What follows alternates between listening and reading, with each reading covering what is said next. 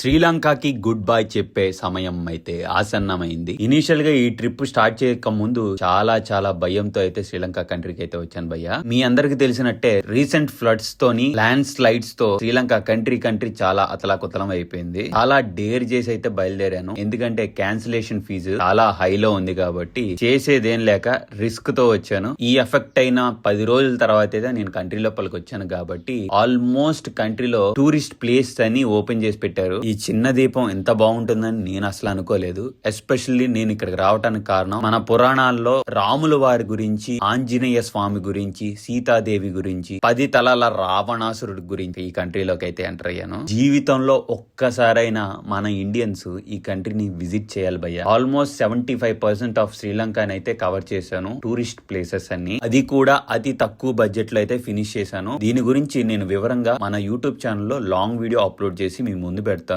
ఒకవేళ నేను flights cancel చేసి ఉంటే నా డబ్బులతో పాటు ఇలాంటి బెస్ట్ ఎక్స్పీరియన్స్ ని మిస్ అయిపోయేవాడిని. ఇంకేంటి లేట్ గురు, ఇంకా డబ్బులు సంపాదించండి, దాంతో పాటు వెకేషన్లు కూడా అప్పుడప్పుడు వెళ్తా ఉండండి. ఉన్నది ఒకటే జిందగీ గురు. హెల్దీగా ఉండండి, గ్లోబ్ మొత్తం చుట్టేయండి.